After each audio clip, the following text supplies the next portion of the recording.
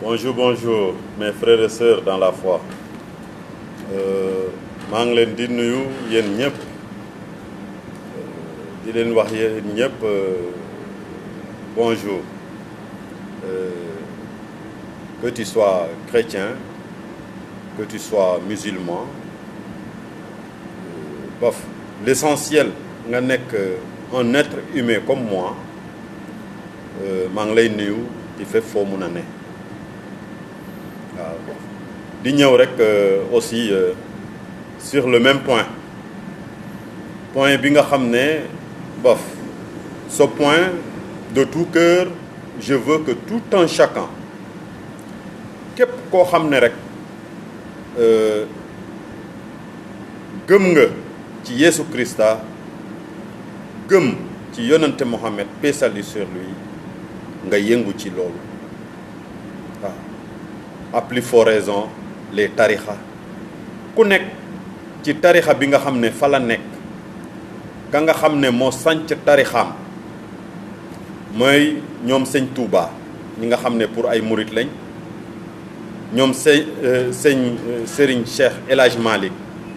ñi nga xam ne dañuy wax ne ay taalibe Cheikh lañ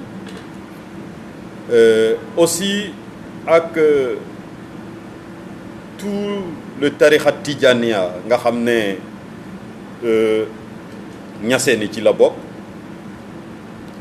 Seydina Issa Laye vraiment ak ñëpp ñi nga xam ne dañuy yëngu ci diine bi muy ñaari diine yi chrétien et musulman muy loo xam ne depuis que le monde est monde ñu tedd yi ñu ngi leen di wax ne nit koo janool teg ko comme sa bopp waaw bañ nañ ko ba ñoom ils ont souffert pour tout le monde kon yéen seen bopp ku ne na jéem a toléré ak moromam ku nekk nay muñal moromam ku nekk nay seet li muy def moromam lépp loo nanguwul bu ko def sa morom bu ko ko wax te bu ko fa jëme c'est ça te loolu mooy diine am na foo xam ne vidéo boo xam ne wax naa ko fa vraiment yéen sax xam ne ne métti na depuis Pierre chrétien bi mu amee ba tey ñu tabax église yàgg na ñuy waare di wax évangile chaque dimanche yàgg na depuis bi ñu tabaxee bi ñu defee Pierre musulman yàgg na le prophète Mohammed paix salut sur lui il a souffert pour vous kon delloo leen ko njukkal naka ngeen koy delloo njukkal en aimant le prochain en respectant le prochain comme soi-même chrétien bi la même chose Yesu Christa sonn na pour monde bi yow ñu wax la ne fépp foo mun a nekk na nga fonk sa moroom comme sa bopp kon su nekkee ci Yesu Christa nga gëm te dëgg la ci yow fépp foo mun a ne nga fonk sa moroom comme sa bopp li nga bëggal sa bopp nga bëggal ko sa moroom loolu mooy diine yàgg na ma koy expliquer bàyyi leen tari bi te du ngeen jëfee baaxul rafetul loolu du diine te képp kuy mbubboo diine képp koo xam ne rek da ngay mbubboo diine que tu sois chrétien que tu sois musulman da nga am gàcce lool te gàcci boobu doo xam foo koy jooyati kon ku ne na góorgóorlu yëngu ci diine bi nooy yëngoo ci diine bi fépp foo mun a nekk nga yëg sa moroom fépp foo mun a nekk nga respecter sa moroom fépp foo mun a nekk nga yéene sa morom lu baax fépp foo mun a nekk ngay def ci sa morom lu baax ak n'importe grade boo am parce que xool leen monde bi comment ça se déroule nga dem Centrafrique c'est les deux religions qui sont là-bas ñan ñooy xeex du ñoom c'est ça kon man li ma gën a impressionné mooy ñii xeex ñoom ñooy dem église ñii xeex ñoom ñooy dem mosquée pour lan seet leen loolu ñii soxore ñooy dem église ñii soxore ñoom ñooy dem mosquée xool leen loolu rafetul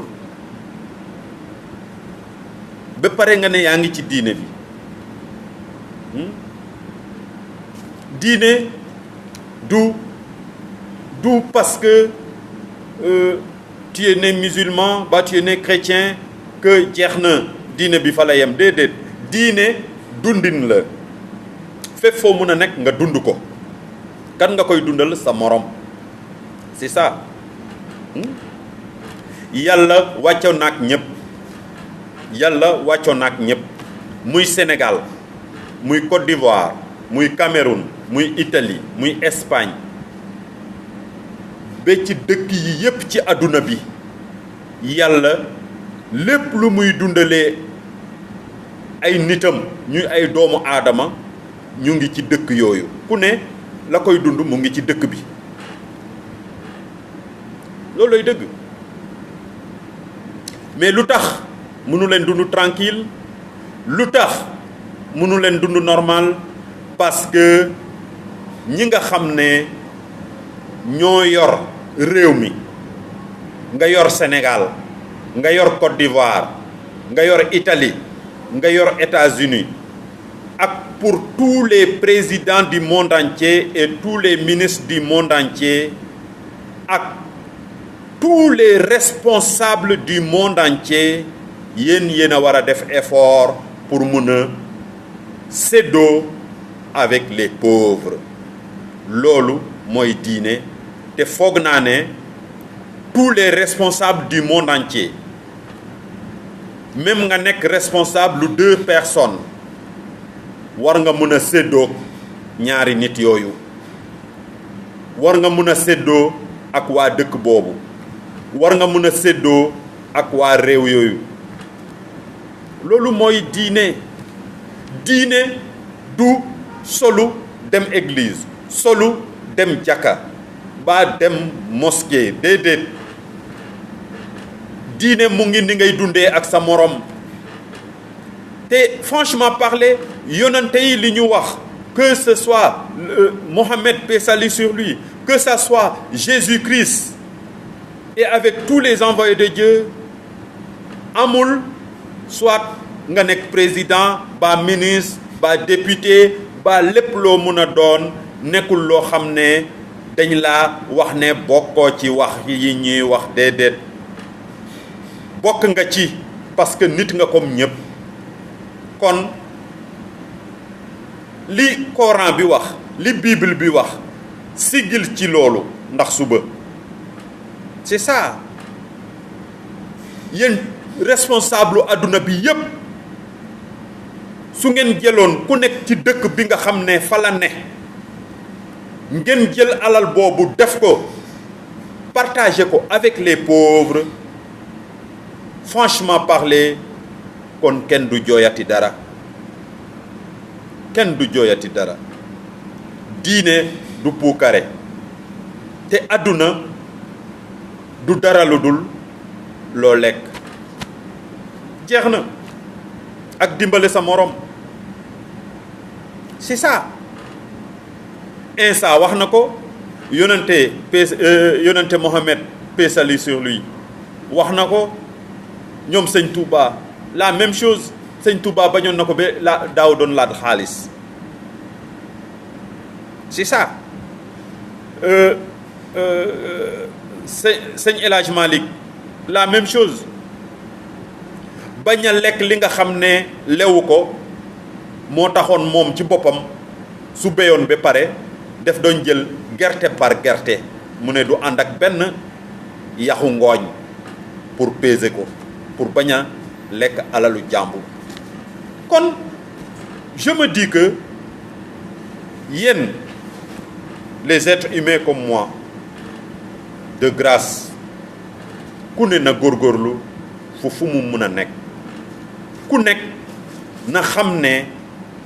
que tu sois roi,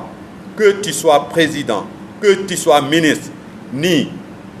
gouverneur, ni préfet, ni gendarme, ni policier,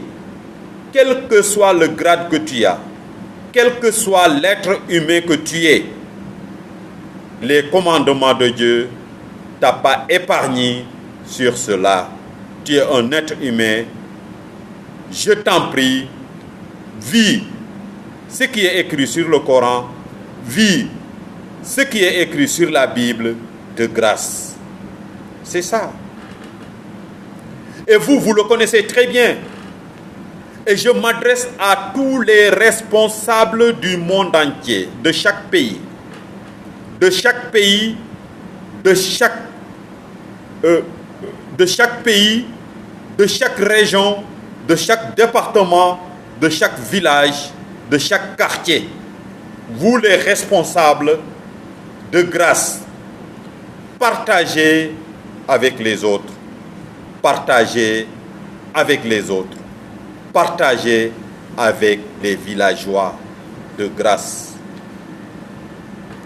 C'est dur. Te yalla wàcc na lépp parce que ça soit au Sénégal ni partout dans le monde dëkk boo gis yàlla def na fa loo xam ne day dund ñooñu kon de grâce bu leen lekk bàyyi ñooñu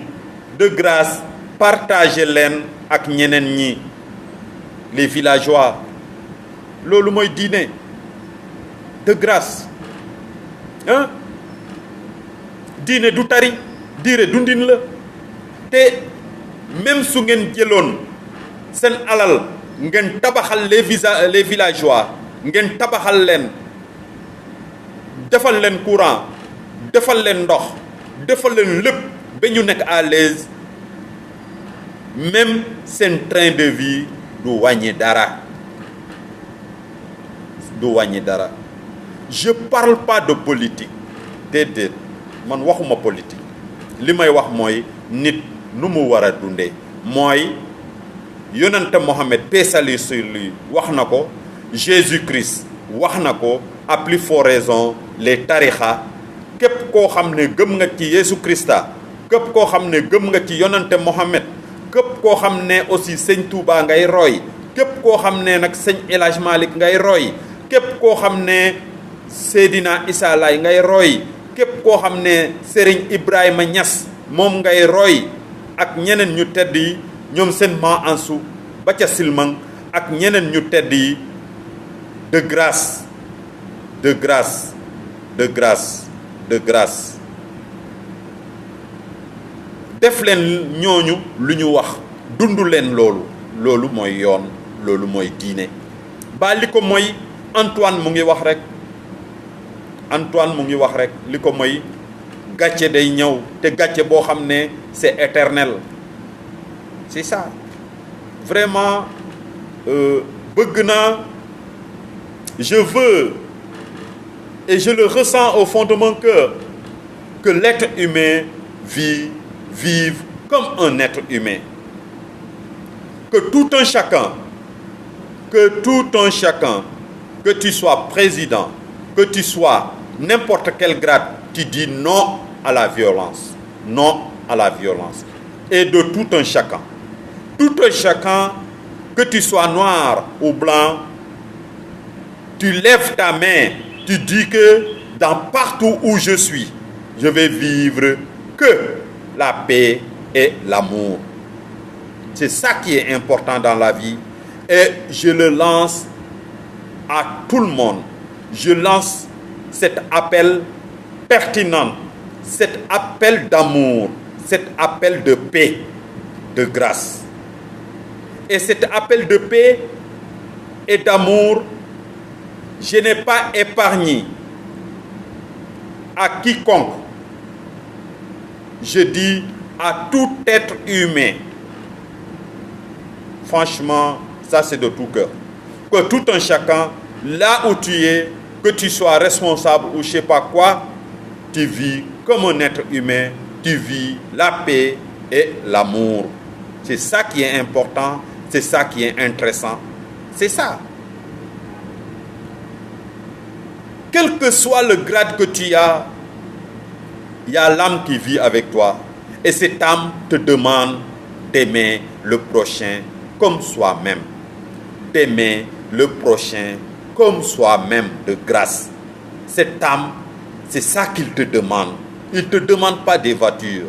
ni des maisons, ni de l'argent. Non, non, non. Il te demande d'aimer le prochain comme soi-même. Ce que tu veux pour toi, tu le veux pour l'autre. Ce qui est pour tout le monde, tu le partages avec les autres. C'est ça qui est normal. C'est ça qui est la foi en Dieu. De grâce. Et vraiment, je vous dis